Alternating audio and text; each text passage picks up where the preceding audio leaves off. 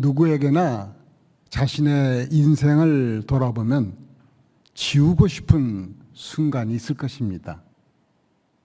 그렇듯이 베드로에게도 예수님께서 고초당하시던 그 밤에 나는 저 사람을 모른다 하며 3번이나 부인했던 순간이 바로 그러했을 것입니다. 예수님께서 대제사장 집으로 끌려가 고초를 당하시던 그 밤에 베드로는 예수님을 모른다고 부인하는데 처음에는 모든 사람 앞에서 부인하고 두 번째는 맹세하고 부인하고 세 번째는 저주하며 또 맹세하며 부인합니다. 마태복음 26장 74절 75절을 함께 읽겠습니다. 시작. 그가 저주하며 맹세하여 이르되 나는 그 사람을 알지 못하노라 하니 고하게 울더라. 이에 베드로가 예수의 말씀에 탁 울기 전에 너가 3번 나를 부인하리라 하심이 생각나서 밖에 나가서 심히 통곡하니라. 아멘하가 좀 그렇죠. 아무튼 하나님의 말씀이었습니다. 여기서 보면 베드로의 실패는 결코 작은 실패가 아니었습니다. 우리도 인생에서 실패와 좌절을 겪습니다. 그런데 그럴 때 어떻게 헤쳐나오느냐가 그 인생을 결정하게 됩니다. 가룟 유다는 자신의 배반이 매우 잘못됐다는 것을 깨닫고 크게 후회는 하지만 회개는 하지 못한 채 결국 자결함으로 생을 마감합니다. 그러나 베드로는 달랐습니다. 주님의 말씀을 생각한 것입니다. 닭의 울음소리에 주님의 말씀이 생각나서 통곡하는데 그 통곡은 회개의 통곡이었으며 그것은 은혜의 시작이 되었던 것입니다. 물론 베드로가 회개했다고 바로 위대한 사도로 변화된 것은 아닙니다. 부활하신 주님을 만나기는 했지만 여전히 죄책감과 부끄러움에 짓눌려 있던 베드로는 나는 물고기 잡으러 가노라 하며 옛 생업으로 돌아갔습니다. 여기서 베드로의 모습은 예수님의 제자로서 사명을 잃어버린 무기력한 모습입니다. 그런데 부활하신 주님께서는 그를 다시 세워주시려고 그를 처음 만나 나를 따르라고 부르셨던 그 갈릴리 바닷가로 다시 찾아오셨습니다. 그때 베드로와 그 일행들은 디베라 바닷가에 밤새 고기를 잡으려 했으나 한 마리도 잡지 못했는데 그들에게 주님은 그물을 배 오른편에 던지라 그리하면 잡으리라 하시니까 이에 던졌더니 물고기가 너무 많아 그물을 들어 올릴 수조차 없게 됩니다. 그러자 그들은 말씀하시는 분이 바로 주님이시란 것을 알아보았습니다. 주님은 숯불을 피워두시고 생선을 구워주시며 따뜻한 아침 식사를 차려주셨습니다. 그리고 오늘 우리가 함께 읽은 본문의 대화가 시작됩니다. 여기 주님과 베드로와의 대화에서 우리는 3가지를 볼 수 있습니다. 그 3가지를 오늘 저와 여러분에게 나누고자 합니다. 첫째는 사랑의 확인입니다. 21장 15절 보면 그들이 조밥 먹은 후에 예수께서 시몬 베드로에게 이르시되 요한의 아들 시몬아 너가 이 사람들보다 나를 더 사랑하느냐라고 물으십니다. 예수님께서 베드로에게 너가 왜 나를 배신했느냐라고 따져 묻지 않으셨습니다. 왜 도망쳤느냐도 아니었습니다. 오직 지난 잘못이 무엇이든 관계없이 현재 지금 너가 이 사람들보다 나를 더 사랑하느냐 물으시는 것입니다. 얼마 전에 예수님께서 너희가 다 나를 버릴 것이다 라고 말씀하셨을 때 베드로는 모두가 주를 버릴지라도 나는 그리하지 않겠나이다 이렇게 말합니다. 그때 예수님께서는 내가 진실로 너에게 말하노니 오늘 이 밤이 새기 전에, 닭이 2번 울기 전에 너가 3번 나를 부인하리라 하셨습니다. 그러자 내가 주와 함께 죽을지언정 주를 부인하지 않겠나이다 하며 호언장담했던 베드로였습니다. 그러나 이제는 자신이 호언장담했던 것을 지키지 못했던, 자신의 연약함을 알기에 내가 주님을 사랑하는 줄 주님께서 아시나이다 라며 겸손히 고백합니다. 주님은 우리의 실패에 집중하지 않으십니다. 우리 마음 중심에 있는 주님을 향한 사랑을 확인하시기를 원하십니다. 그러므로 소망은 실패한 나를 여전히 용납하시고 사랑하시는 예수님의 시선으로부터 다시 시작됩니다. 이 시선이 오늘 저녁 여러분에게 있기를 기도합니다. 둘째로는 베드로를 회복시켜 주시는 예수님을 발견하게 됩니다. 예수님께서 요한의 아들 시몬아, 너가 나를 사랑하느냐? 똑같은 질문을 3번씩이나 하시는데 이것은 베드로가 예수님을 부인했던 그 깊은 무의식의 상처와 부끄러움을 치료하시기 위함이었습니다. 그런데 3번째 질문을 받았을 때 베드로는 근심했다고 성경은 기록합니다. 이것은 베드로가 얼마 전에 자신이 예수님을 3번이나 부인한 것을 생각하며 마음이 아팠던 것 같습니다. 주님은 베드로의 상처를 드러내기 위해서가 아니라 치유하기 위해서 만지신 것입니다. 상처가 치유될 때 소망이 살아납니다. 이것은 예수님이 베드로에게 가장 최고의 위로와 회복을 주신 것입니다. 주님이 찾아오셔서 베드로가 죄책감의 자리에서 은혜의 자리를 경험하였듯이 주님은 오늘 이 밤에 우리에게도 찾아오셔서 혹 우리의 양심을 찌르기도 하시겠지만 그것은 정죄하기 위함이 아니라 치료하기 위함인 것을 믿으시길 바랍니다. 내 연약함을 솔직히 인정하고 주님의 도우심, 치유하심을 구하는 은혜를 경험하시는 이 밤이 되기를 소원합니다. 이래 셋째로 실패자를 사명자로 세우십니다. 예수님은 베드로의 사랑의 고백을 들으실 때마다 동일한 명령을 주셨습니다. 내 어린 양을 먹이라. 내 양을 치라. 내 양을 먹이라. 이처럼 자신을 배신한 자에게 자신의 가장 소중한 양무리를 맡기신 것입니다.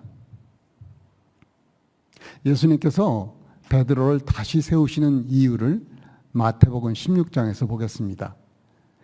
예수님을 많은 사람들이 선지자 정도로 생각할 때 제자들에게 너희는 나를 누구라 하느냐고 물으셨습니다. 그때 베드로는 주는 그리스도시요 살아계신 하나님의 아들이시니다라고 고백합니다. 이때 예수님께서는 너무 기뻐서 아마도 무릎을 탁 치시며 말씀하시지 않았나 싶습니다. 바요나 시모나, 다시 말해서 요한의 아들 시모나, 이렇게 풀네임으로 불러주시면서 매우 흡족해 하시는 것을 볼 수 있습니다.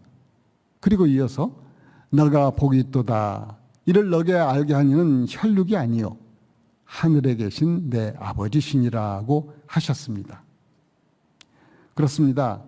예수님이 누구신지를 안다는 것은 인간 육정으로 아는 것이 아니고 하나님께서 그의 성령으로 말미암아 알게 하시는 것입니다. 그러므로 예수님을 알고 믿는 자는 성령을 받았기에 복되고 귀하다는 것입니다. 그리고 이 올바른 신앙 고백을 들으신 예수님은 내가 이 반석 위에 내 교회를 세우리라고 약속하셨습니다. 이 반석은 베드로의 신앙 고백의 대상이신 예수 그리스도이십니다. 그리고 내가 천국 열쇠를 내게 주리니 너가 땅에서 무엇이든지 매면 하늘에서도 매일 것이요 너가 땅에서 무엇이든지 풀면 하늘에서도 풀리리라 약속하셨습니다. 그래서 주님은 약속하신 말씀대로 베드로를 다시 세우셔서 많은 사람들을 구원하기 위한 천국 열쇠를 주신 것입니다. 이 천국 열쇠는 진리를 선포하여 사람들을 천국에 들어가게 해주는 능력과 책임을 의미하는 것입니다.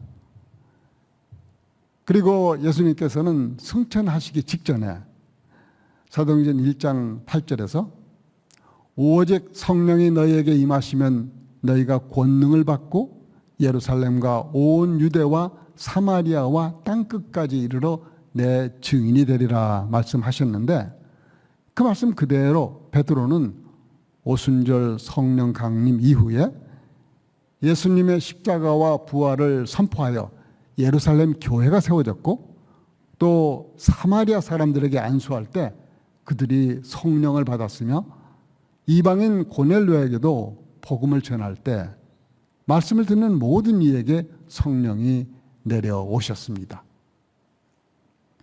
이렇게 베드로는 주님께서 주신 천국 열쇠로 많은 사람들에게 예수님의 증인이 되었습니다.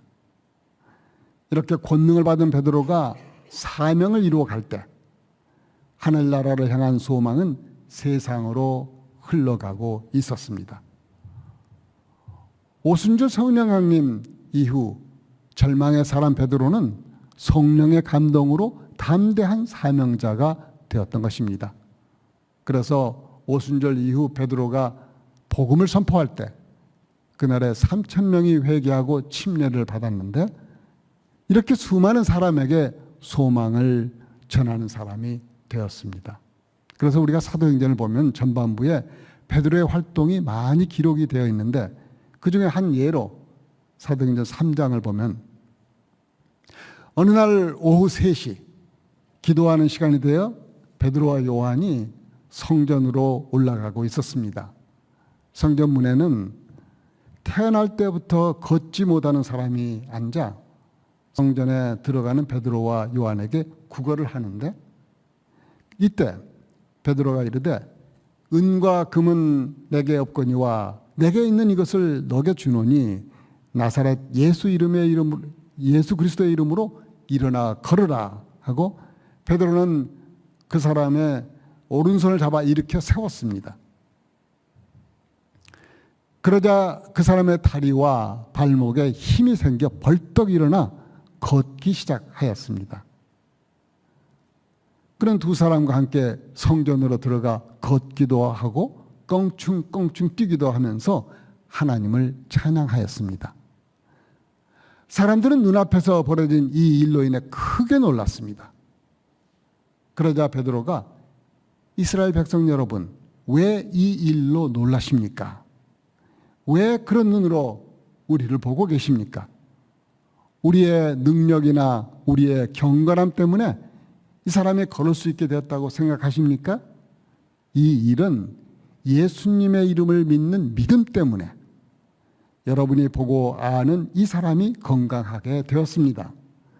여러분 모두가 보시다시피 예수님의 이름과 그분을 믿는 믿음으로 이 사람이 완전한 치료를 받은 것입니다 라고 말했습니다. 그리고는 백성들에게 죽은 자 가운데서 부활하신 예수님을 계속 가르치고 그들에게 설교하였습니다. 이 일이 눈에 거슬린 유대 지도자들은 베드로와 요한을 붙잡아 도대체 너희가 무슨 능력으로 또 누구의 이름으로 이런 일을 하느냐고 신문하기 시작했습니다. 그러자 베드로는 너희와 모든 이스라엘 백성들은 알라. 너희가 십자가에 못 박고 하나님이 죽은 자 가운데서 살리신 나사렛 예수 그리스도의 이름으로 이 사람이 건강하게 되어 너희 앞에 섰느니라 하였습니다. 그리고 사도행전 4장 12절에서 베드로는 다른 이로서는 구원을 받을 수 없나니 천하 사람 중에 구원을 받을 만한 다른 이름을 우리에게 주신 일이 없음이라 하며 예수님만이 구원의 유일한 길이 되심을 핍박 가운데서도 두려움 없이 담대하게 복음을 선포하였던 것입니다. 그런데 이렇게 복음이 퍼져나가고 있을 때 사도행전 12장을 보면 헤롯이 요한의 형제 야고보를 칼로 죽이자 유대인들이 이 일로 기뻐하는 것을 보고 베드로도 붙잡아 감옥에 넣고 군인 4명씩 4패에 맡아 지키게 했습니다. 감옥에서 깊이 자고 있는데 갑자기 주님의 천사가 나타나서 베드로의 옆구리를 쳐서 깨우며 어서 일어나라고 하자 베드로의 손목에 매어있던 그 사슬들이 다 풀려졌습니다. 여기서 기적보다 더 놀라운 사실은 죽음을 앞둔 그 밤에 평안하게 깊이 잠이 든 여유 있는 베드로의 태도입니다. 주님께 모든 것을 맡긴 자의 여유 있는 바로 그 태도입니다. 전에 예수님께서 잡히시던 밤에 죽을까 봐 주님을 모른다고 부인했던 겁쟁이 모습은 전혀 찾아볼 수가 없고 비록 죽을지도 모르는 감옥에 있었지만 아무 근심 걱정 없는 하늘나라의 평안을 누리고 있는 베드로의 모습을 보게 됩니다. 어떻게 이런 변화가 가능할까요? 성령님이 임하셨기 때문입니다. 오순절에 강림하신 성령님께서 함께 하시니 두려움이 변하여 소망을 전하는 사명자로 우뚝 서게 된 것입니다.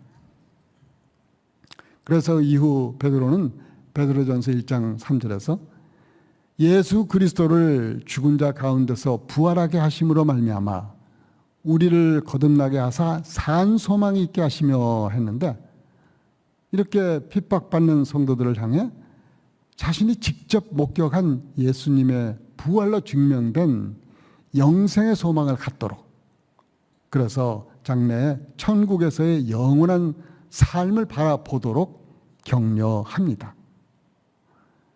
그리고 또 너희 속에 있는 소망에 관한 이유를 묻는 자에게 대답할 것을 항상 준비하라고 합니다.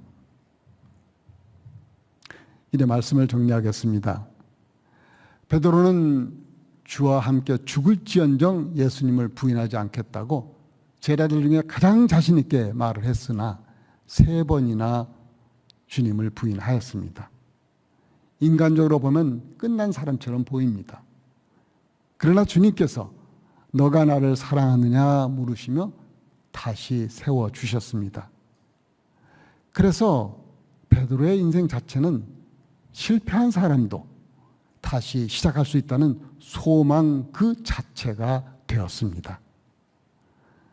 베드로는 자신이 용서받았기 때문에 다른 사람들도 용서받을 수 있음을 알게 해 주었습니다.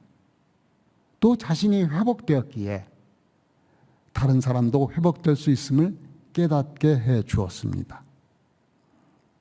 그래서 그는 소망을 받은 사람이면서 소망을 전한 사람입니다. 예수님을 믿고 아는 우리들의 삶이 바로 이런 것이라고 생각합니다. 우리도 베드로와 같이 실패를 합니다. 그래도 삶 속에서 주님을 실망시키고 스스로에게도 낙심할 때가 있습니다. 내가 과연 그리스도인인가? 자책하며 절망하기도 합니다. 그러나 실패가 끝이 아닙니다. 우리에게는 어제나 오늘이나 동일하신 주님이 계십니다. 베드로를 세우신 주님께서 오늘도 우리를 다시 세우십니다. 그러므로 넘어졌을 때 주님의 음성에 귀를 기울이십시오. 주님은 낙심한 우리에게도 찾아오셔서 물으십니다. 내가 나를 사랑하느냐? 그럴 때 주님, 제가 부족하지만 주님을 사랑합니다. 이것이 우리가 드릴 고백입니다. 그러면 주님은 우리를 회복시켜 주시고 우리를 다시 사명의 자리로 부르실 것입니다. 그때 내 힘이 아닌 주님이 주시는 사랑의 힘으로 주께서 맡겨주신 가정과 일터와 교회의 사람들에게 산 소망을 갖도록 전하는 자가 되시기를 축원하며 말씀을 마치겠습니다.